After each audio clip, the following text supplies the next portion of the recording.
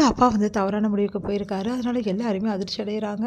இங்க வந்து நிலாக்கு என்ன பண்றாங்க, ரூம்லாம் வந்து ரெடி பண்ணிட்டுருக்காங்க. வீட்ல உள்ளவங்க எல்லாருமே நிலாவுக்கும் வந்து சோழனுக்கும் உடனே சோழன கூட்டின்னு வந்து "டேய் அந்த பொண்ணுக்காக ரூம் ரெடி பண்ணியிருக்கோம்." "சரிண்ணே, இப்போ அந்த பொண்ணு ட்ரெஸ் பண்ணிட்டு வருவாள்ல, அப்புறம் எங்கே தங்குவா?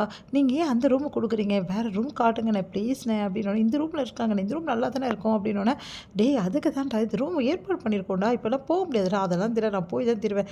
"டேய் ஏன்டா இவன் புரிஞ்சிக்க மாட்டேங்கிறான்? சரி வாடா, உனக்கு ஒரு சர்ப்ரைஸ் இருக்குடா, வந்து பாருடா." அப்படின்னு சொல்லிட்டு கூப்பிடுறாங்க. என்ன சர்ப்ரைஸ் அப்படின்னு சொல்லிட்டு பார்க்கும்போது ரூம் ஃபுல்லாக அலங்காரம் பண்ணி வச்சுருக்காங்க, ஃபுல்லாக டெக்கரேஷன். அதை பார்த்துட்டு என்னென்ன இதெல்லாம் அப்படின்னோடனே, "டேய் இன்னைக்கு தானடா உனக்கு கல்யாணம் நடந்திருக்கு, அப்போ இன்னைக்கு தான் நடக்க வேண்டிய சடங்குலாம் நடக்கணும்லடா, அதுக்கு தான்டா. டேய் இதெல்லாம் நாங்கள் வந்து பார்க்குறோம்லடா, எவ்வளோ படத்தில் இதெல்லாம் காட்டியிருக்காங்க, அதனால தான் இப்படி உனக்கு எதாவது தெரிலனா மன்னிச்சிடுறா." அப்படின்றாங்க. "என்னென்ன நீ எங்களை கேட்காம கொள்ளும், என்னென்ன இதெல்லாம்? ஏற்கனவே இருக்கிற பிரச்சனையே பெரும் பிரச்சனையாக இருக்குது, இதில் இவங்க வேறு இந்த மாதிரி பண்ணி வச்சுருக்காங்களே, என்ன பண்ணுறது? என்னடா யோசிக்கிற? கல்யாணம் பண்ண இதெல்லாம் நடக்க தானடா செய்யும், இதெல்லாம் நடக்கலைன்னா எப்படிடா?" அப்படின்னு சேரன் கேட்குறாரு. "அண்ணே அது இல்லைண்ணே, இப்போ தான் கல்யாணம் பண்ணி வச்சுருக்கோம், ஏற்கனவே அவங்க வீட்டில் ஒரே பிரச்சனை, இதில் இந்த சந்தர்ப்பத்தில் அந்த பொண்ணோட வந்து மனசு எப்படி இருக்குன்னு யோசிக்கணும்லண்ணே, அதை விட்டுட்டு இதெல்லாம் ஏண்ணே?" அப்படின்னு. "இங்கே பாருடா, என்ன தான் இருந்தாலும் நடக்க வேண்டியதாக நடந்து தாண்டா ஆகணும், அதுக்கு ஒன்றும் பண்ண முடியாது, அதெல்லாம் நீங்கள் தள்ளி போடாத, இல்லைன்னா பெரிய பிரச்சனை ஆகிடும், புரியுதா? அதனால் நீ தாண்டா உன் பொண்டாட்டிக்கிட்ட பேசணும்." அப்படின்னோடனே, ஐயோ எப்படி பேசுதுன்னு தெரியல. ஏற்கனவே அவள் வந்து சந்தேகப்பட்டுட்டே இருக்கா, இதில் அவளுக்கு இன்னும் நான் புரியவே வைக்கல, இதில் இந்தெல்லாம் பார்த்தா அவ்வளோதான், என்னை இன்றைக்கே விட்டுட்டு ஓடியே போயிடுவா.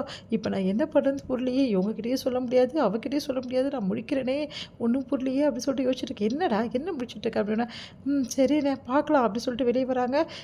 "என்ன ஆச்சு?" அப்படின்னு சொல்லிட்டு நம்ம வந்து நிலா வராங்க. "ஏங்க நான் சொல்கிறத கேளுங்க, அவங்கக்கிட்ட நம்ம சொல்லிடலாங்க, அவங்க பாவம் எல்லாமே வந்து ஏற்பாடு பண்ணிகிட்ருக்காங்க, ஒவ்வொரு விஷயமா பார்த்து பார்த்து பண்ணுறாங்க. எனக்காக பாருங்கள் உங்கள் தம்பி அடி கூட வாங்கினாரு, எனக்கு ரொம்ப கஷ்டமாக போச்சுங்க. எனக்காக எதுக்குங்க அவங்க அடி வாங்கணும்? எனக்காக எதுக்குங்க அவங்க இதெல்லாம் பண்ணணும்?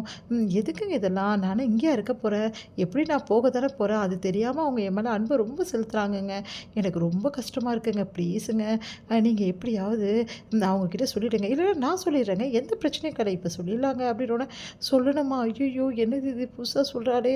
"இங்கே பாரு நிலா, நான் சொல்கிறத கொஞ்சம் கேளுங்க." என்ன கேட்கணும்?" "இப்போ சொல்ல வேணாம், நம்ம வந்து நாளைக்கு சொல்லலாம் கண்டிப்பாக." "நாளைக்கா? ஏன்?" அப்படின்னோடனே, "இன்றைக்கி தானே நம்ம வந்திருக்கோம், இன்றைக்கி எதுக்கு அவங்கள கஷ்டப்படுத்தணும், இதில் கஷ்டம் என்னங்க இருக்குது, சொன்னால் கேளுங்க நிலா, நம்ம நாளைக்கு சொல்லலாம், நீங்கள் போகும்போது சொல்லிட்டு போனீங்கன்னா ஒன்றும் பிரச்சனை இருக்காது." அப்படின்னோடனே, சரிங்க உங்களுக்காக நாளைக்கு சொல்லலாம்." அப்படி சொல்லிட்டு போகிறாங்க.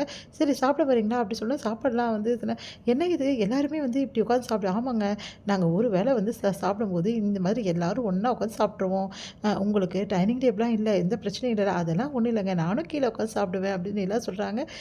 எவ்வளோ நல்ல கேரக்டராக இருக்காங்களே. "அண்ணி" அப்படி சொன்னோன்னே, "அண்ணியா?" அப்படி சொல்லிட்டு பார்க்குறாங்க. "நான் உங்களை அண்ணின்னு கூப்பிடலாம்ல." அப்படின்னோடனே உடனே பார்த்து முடிக்கிறாங்க. "ப்ளீஸுங்க அட்ஜஸ்ட் பண்ணிக்கங்க." அப்படின்னு சொல்லிட்டு கண்ணை காட்டுறாரு நம்ம வந்து சோழன். அதை பார்த்து நிலா வந்து சரி அப்படின்றாங்க. "தேங்க்ஸ் அண்ணி, எனக்கு எவ்வளோ சந்தோஷமாக இருக்குது தெரியுமா, எங்கள் வீட்டில் என் அம்மாவுக்கு அப்புறம் நீங்கள் தான் இருக்கீங்க, அதனால் இதுக்கப்புறம் என் அம்மா மாதிரி தான் நீங்கள் எனக்கு." அப்படின்னு சொல்லிட்டு கடைசி தம்பி வந்து ரொம்ப சந்தோஷப்படுறாரு. இதெல்லாம் பார்த்துட்டு ஒன்றும் புரியல நிலாவுக்கு. "சாப்பாடு நல்லா இருக்குல்லங்க, காரம் நல்லா இருக்குங்க." அப்படி சொல்லி சாப்பிட்றாங்க.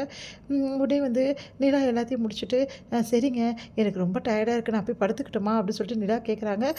அது வந்துங்க, "டேய் கூட்டிகிட்டு போடா." அப்படி சொன்னோன்னே, ஐயோ இப்போ என்ன பண்ணுறதுன்னு தெரியலையே, "டேய் சோடா முதல்ல நீ தாண்டா போகணும், எங்க ஒரு நிமிஷம்." அப்படி சொல்லிட்டு பால் கொடுத்து அனுப்புகிறாங்க. அதிர்ஷ்டப்படுறாங்க நிலா. "என்னங்க இதெல்லாம்?" அப்படி சொன்னோன்னே, "ஏங்க நீங்கள் உள்ளே போங்க அப்புறம் பார்த்துக்கலாம்." அப்படின்னோடனே உள்ளே அனுப்பிச்சி வைக்கிறாங்க. இங்கே வந்து டெக்கரேஷனாக பார்த்து அதிர்ச்சி அடைகிறாங்க நிலா. "என்னங்க இதெல்லாம்?" அப்படின்றாங்க சோழன்கிட்ட.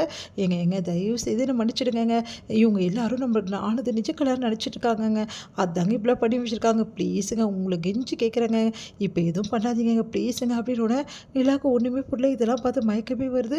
ஒன்றும் புரியாமல் அப்படியே உட்காந்துடுறாங்க நிலா. என்ன பண்ண தெரியாம தவிக்கிற